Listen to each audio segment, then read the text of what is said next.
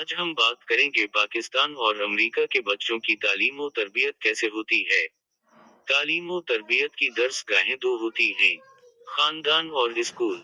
हम पर मजहब का साया है। सच ये कि मजहब का भूत सवार है, इसलिए हमारे खानदानों और तालीमी इदारों में सबसे ज्यादा जोर डिसिप्लिन पर दिया जाता है। मैं अमेरिका में स्कूल में काम कर चुका हूँ और यूनिवर्सिटी में पढ़ चुका हूँ। जिन लोगों ने सिर्फ पाकिस्तानी तालीमी इदारे देखे हों, जैसा कि मैं था, तो अमरीकी स्कूल के शुरू के दिन बहुत परेशान किन होते हैं। बज़ाहिर अमरीकी स्कूलों के बच्चे डिसिप्लिन की कोई परवाह नहीं करते। होमवर्क तो खैर होता नहीं, जी चाहे तो क्लास वर्क से भी इनकार कर देते हैं। बहाने बनाकर राहदारियों में घूमते फिरते हैं। स्कूल से मिला हुआ लैपटॉप पटक कर तोड़ देते हैं। पीठ पीछे नहीं, उस्ताद के मुंह पर भी गालियां देते हैं। सिर्फ क्लास फेलोज को नहीं, उस्ताद को भी। जाहिर है कि सब बच्चे ऐसे नहीं होते, लेकिन जो होते हैं कि उनकी पिटाई की जाती है। ऐसा कोई सोच भी नहीं सकता। मैंने स्कूल की जॉब की तो कोई 20 कोर्स करने पड़े। बच्चों के साथ कैसे पेश आना है, किन हालात में क्या बर्ताव करना है, कैसे पढ़ाना है और कैसे तरबियत करनी है, कैसे समझाना है और कब नजरअंदाज करना है। 8वीं जमात की एक बच्ची बहुत गालियां देती थी, एक दो बार टीचर को भी दी। मैंने टीचर से पूछा, आप कैसे बर्दाश्त करती हैं? इन्होंने कहा, ये बहुत गरीब घर की बच्ची है, माँ बाप से घर में गालियां खाती है तो वही सीखती है। ये हमारा काम है कि इसकी अच्छी तरबियत करें। जब समझदार हो जाएगी तो अपने माँ बाप के बजाय हमारी शुक्रगुजार होगी। यहाँ स्कूल में सब बच्चों को लंच मिलता है, लेकिन इसके अलावा भी स्कूल के ऑफिस में स्नैक्स हर वक्त होते हैं।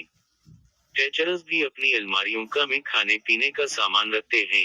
कई बार बच्चे कहते हैं कि इन्हें भूख लगी है, नाश्ता नहीं मिला या नहीं किया। टीचर्स पढ़ाई छोड़ के पहले इन्हें खाने को देते हैं।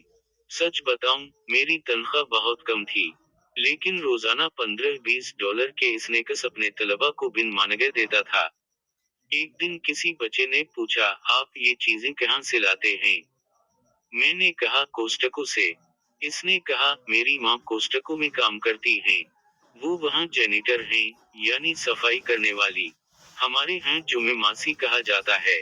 क्या हमारे यहाँ मासीवा के बच्चे बैकिन हाउस और सिटी स्कूल में पढ़ सकते हैं? यहाँ टीचर्स को उस वक्त तक क्लास नहीं दी जाती जब तक वो 15-17 कोर्स ना कर ली। ये कोर्सेज ग्रेजुएशन मास्टर्स के अलावा होते हैं। Dyslexia training, culture competency, child abuse and neglect और फर्स्ट एड भी।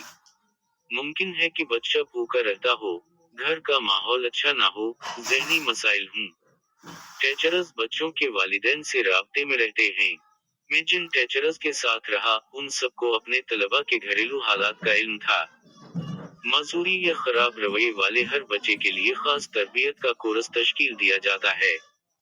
याद रहे कि यहाँ स्कूल फीस नहीं लेते, उल्टा हर कुछ अरसे बाद जरूरतमंद घरानों को बुलाकर राशन देते हैं।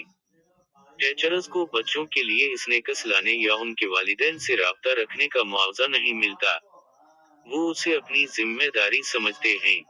टीचर्स पर बच्चों को पास करने का दबाव नहीं होता, क्योंकि बच्चा सारा साल ना पढ़े तो भी अगली क्लास में भेज देते हैं।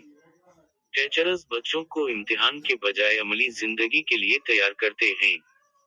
अमरीकी तालीमी इदारों में डिसिप्लिन के बजाय मैंने जिन दो अल्फाज की सबसे ज्यादा अहमियत पाई, वो किग्निशन और क्रिटिकल थिंकिंग हैं।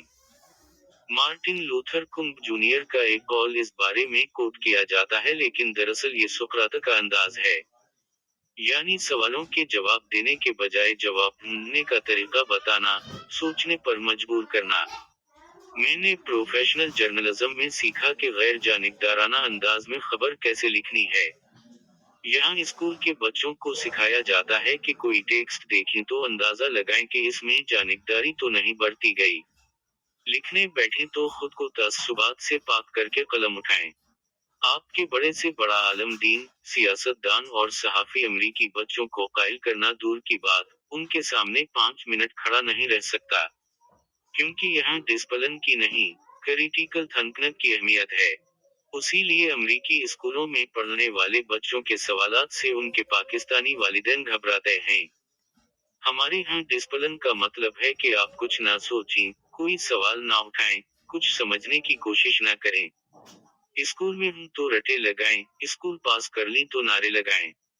مذہب بھی یہی سکھاتا ہے۔